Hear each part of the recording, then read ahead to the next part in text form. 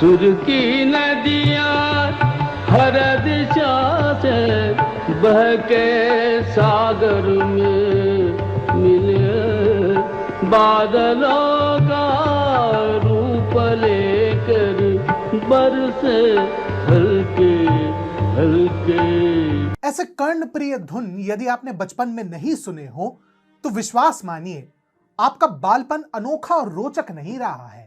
मधुबन में राधिका नाचे से ओम नमः शिवाय तक, पंडित भीमसेन जोशी से लेकर अनूप जलोटा तक, मधुर भजनों कर्णप्रिय संगीत से जिनके घर गुंजायमान होते थे, ऐसी मिठास होती थी हमारे शास्त्रीय संगीत में, जिसे भजन से लेकर हम पार्श्व संगीत में भी ढाल सकते थे।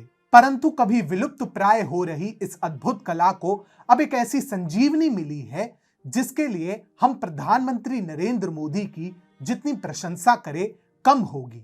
नमस्कार, स्वागत है आपका TFI पर, जो है भारत का सबसे बड़ा ऑल्टरनेट न्यूज मीडिया पोर्टल, और मैं अनिमेश पांडे आपको परिचित कराऊंगा भारत के एक अनमोल रत्न यानी उसके शास्त्रीय संगीत से, और कैसे पीएम मोदी के वर्तमान निर्णय ने इस कला को विलुप्त प्राय होने से न केवल बचाया है अपितु उनका निर्णय कई मायनों में संजीवनी समान भी है। तो अविलंब आरंभ करते हैं। हाल ही में दिवंगत संगीतज्ञ पंडित जसराज के जन्म दिवस के अवसर पर पीएम मोदी ने एक विशेष ऑनलाइन कॉन्फ्रेंस के माध्यम से उन्हें भव्य श्रद्धांजलि अर्पित की। पंडित जसराज कल्चरल फाउंडेशन के शुभारंभ पर पीएम मोदी ने बताया कि इस संगठन का प्राथमिक उद्देश्य भारत की राष्ट्रीय विरासत, कला और संस्कृति की रक्षा करना और इसका विकास एवं प्रचार करना होगा। उनके अनुसार, मुझे जानकर अच्छा लगा कि ये फाउंडेशन उभरते हुए कलाकारों को सहयोग देगा, कलाकारों को आर्थिक रूप से सक्षम बनाने के लिए भी प्रयास करेगा। परंतु पीएम मोदी वहीं पर नहीं रुके। उन्होंने आगे कहा, जब टेक्नोलॉजी का प्रभाव हर क्षेत्र में है तो संगीत के क्षेत्र में भी टेक्नोलॉजी और IT का रेवोल्यूशन होना चाहिए। भारत में ऐसे स्टार्टअप तैयार हो जो पूरी तरह से संगीत को डेडिकेटेड हो और भारतीय वाद्य यंत्रों पर आधारित हो एवं भारत के संगीत के परंपराओं पर भी आधारित हो। संगीत के क्षेत्र में भारत का एक स्पष्ट व्यक्तित्व रहा है। आदिकाल से भारत का वैश्विक संगीत में अतुलनीय योगदान रहा है और वर्तमान इतिहास में भी ये योगदान तनिक भी कम नहीं हुआ। पुराणों में संगीत का अद्वितीय महत्व रहा है और संगीत जीवन का उतना ही महत्वपूर्ण भाग था जितना कि अर्थ या रण। पौराणिक दृष्टि से देखें तो हमारे संगीत का इतिहास अति प्राचीन है। सनातन संस्कृति के अनुसार ब्रह्मांड में सुनाई देने वाली प्रथम ध्वनि नाद ब्रह्म या ओम मंत्र है। यह ध्वनि संपूर्ण ब्रह्मांड में व्याप्त है। चूंकि यह ईश्वरीय शक्ति की अभिव्यक्ति है, यह सुनाई देने वाली सबसे शुद्ध ध्वनि है। ऐसा माना जाता है कि संगीतकार अपनी साधना या समर्पित खोज में इस पवित्रता को प्राप्त करने का प्रयास करता है। ऐतिहासिक दृष्टि से देखें तो शास्त्रीय संगीत में भारत की एक विशिष्ट पहचान रही है और सामवेद तो संगीत को ही समर्पित रहा है। वैदिक काल में सामवेद के मंत्रों का उच्चारण उस समय के वैदिक सप्तक या सामगान के अनुसार 7 स्वरों के प्रयोग के साथ किया जाता था। जो पाश्चात्य जगत के लिए डोरे मी फा सोला टी डो रहा है, वो हमारे लिए सारे गामा पाधा नीसा है। संगीत का आधार स्तंभ तो हमारा शास्त्रीय संगीत है, अगर वह नहीं तो कुछ नहीं। परंतु आज हम अपने ही मूल आधार से काफी दूर आ चुके हैं। प्राचीन भारत में गुरु शिष्य परंपरा के अनुसार शिष्य को गुरु से वेदों का ज्ञान मौखिक ही प्राप्त होता था और उनमें किसी प्रकार के परिवर्तन की संभावना में मनाही थी। इस तरह प्राचीन समय में वेदों एवं संगीत का कोई लिखित रूप ना होने के कारण उनका मूल स्वरूप लुप्त हो गया। परंतु श्रुति भी एक प्रकार से शिक्षा का एक अभिन्न अंग था और ऐसे ही कई योद्धाओं के लिए संगीत उनके अभ्यास का एक महत्वपूर्ण भाग हुआ करता था। और यह बात गुप्त वंश एवं राजपूत वंश के योद्धाओं से बेहतर कौन जानता है। भारतीय संगीत को हम 3 भागों में बांट सकते हैं। शास्त्रीय संगीत, जिसे मार्गी भी कहते हैं, उप शास्त्रीय संगीत, जिसमें ठुमरी, टप्पा, होरी, दादरा, कजरी, चैती इत्यादि भी सम्मिलित हैं, एवं सुगम संगीत जो जन साधारण में प्रचलित है, जैसे भजन, फिल्मी संगीत, गजल, पॉप संगीत, लोक संगीत इत्यादि। अब भारतीय शास्त्रीय संगीत की भी दो प्रमुख पद्धतियां हैं, हिंदुस्तानी संगीत जो उत्तर भारत में प्रचलित हुआ और कर्नाटक यानी कार्नेटिक संगीत जो दक्षिण भारत में प्रचलित हुआ। आप कहीं ना कहीं इस बात पर भी ध्यान दिए होंगे कि कर्नाटक संगीत में भक्ति रस अधिक मिलता है और हिंदुस्तानी संगीत में श्रृंगार रस।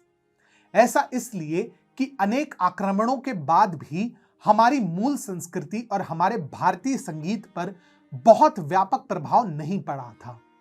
निसंदेह हमारी शैली और हमारी बोली में बदलाव हुआ, परंतु संगीत में हमारी मूल आस्था और शास्त्रीय संगीत पर हमारा वर्चस्व अक्षुण्ण रहा। परंतु स्वतंत्रता के पश्चात ये सब कुछ बदल गया।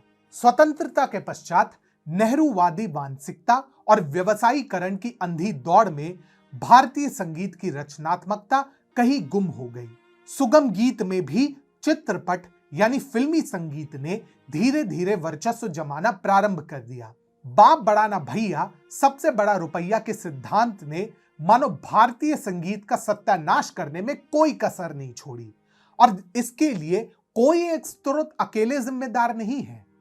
सबके हाथ गंदे हैं इस पाप में, चाहे वह फिल्म प्रोड्यूसर हो, उर्दू प्रेमी बुद्धिजीवी हो, या फिर बड़े बड़े म्यूजिक कंपनी लेबल हो, या फिर आर.डी. बर्मन, अनु मलिक जैसे आवश्यकता से अधिक प्रशंसित संगीतज्ञ ही क्यों ना हो, जिन्होंने संगीत को कचरा करने और अधकचरे उत्पादों को संगीत का नाम देने से अधिक कुछ नहीं कमाया। कभी जिस लोक संगीत के लिए भोजपुरी और पंजाबी संगीत ख्याति के पुल बांधने लगे थे, व्यवसायीकरण की दौड़ में वे भी अश्लीलता के अड्डे से अधिक कुछ नहीं बन पाए। इसके अतिरिक्त पश्चिमी संगीतज्ञों का अंधानुकरण भी भारतीय संगीत उद्योग के लिए हानिकारक सिद्ध हुआ।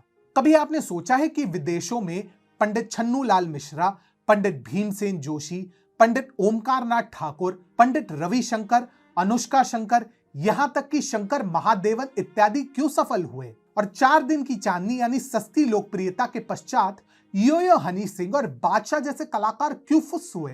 क्योंकि जो शास्त्रीय संगीत से जुड़े हुए थे वे अपनी मूल संस्कृति से भी जुड़े हुए थे और उन्होंने कभी भी अपने आदर्शों से समझौता नहीं किया। परिणाम स्वरूप इनके साथ विश्व के बड़े से बड़े संगीतज्ञ तक जुगलबंदी करने के लिए विवश थे, और ये बात बीटल्स से बेहतर कौन समझ सकता है? क्या ऐसी जुगलबंदी कभी हनी सिंह और एमिनेम में देखने को मिलेगी? असंभव, क्योंकि नकल करने के लिए भी अकल चाहिए। इसके अतिरिक्त हमें घर की मुर्गी दाल बराबर वाली मानसिकता से भी बाहर निकलने की आवश्यकता है।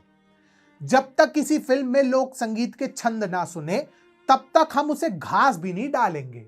उड़ता पंजाब से पूर्व कितने लोग जानते थे कि पंजाब में नशे और गड्डी के अलावा शिव कुमार बटालवी जैसे रत्न भी थे, जिन्होंने अज दिन चढ़िया, एक कुड़ी जैसे गीत भी लिखे थे। हम तो फिल्मी संगीत में छिपे बप्पी लहरी एवं अमित त्रिवेदी जैसे रत्नों, जो संगीत के कण कण से हीरे मोती निकालने का गुण रखते हैं, उन्हें तक तवज्जो नहीं देते। अमित त्रिवेदी वे संगीतज्ञ हैं जिन्हें फिल्मों में अवसर तो मिलता है, लेकिन जितना यश उन्हें मिलना चाहिए उसका अंश मात्र भी प्राप्त नहीं हुआ है। परंतु अब पीएम मोदी ने दृढ़ संकल्प लिया है, जैसे स्मार्टफोन के क्षेत्र में आत्मनिर्भरता आ रही है, वैसे ही शनै शनै संगीत के क्षेत्र का भी कायाकल्प होगा। ये बात उनके वक्तव्य में भी स्पष्ट झलकती है, जब उन्होंने कहा, आज हम काशी जैसे अपनी कला और संस्कृति के केंद्रों का पुनर्जागरण कर रहे हैं। पर्यावरण संरक्षण और प्रकृति प्रेम को लेकर हमारी जो आस्था रही है, आज भारत उसके जरिए विश्व को सुरक्षित भविष्य का रास्ता दिखा रहा है। इसी दिशा में अब कुछ सकारात्मक बदलाव भी प्रारंभ हुए हैं। उदाहरण के लिए सारेगामा म्यूजिक उद्योग ने संगीत उद्योग में 750 करोड़ रुपए का निवेश करने की घोषणा की है। भारत के पास संगीत के ऐसे अनमोल रत्न हैं कि अगर इन्हीं को वह संसार में निर्यात करे तो भारत को निरंतर यश और कीर्ति मिलती रहेगी। बस तनिक प्रयास करने की देर है बंधु।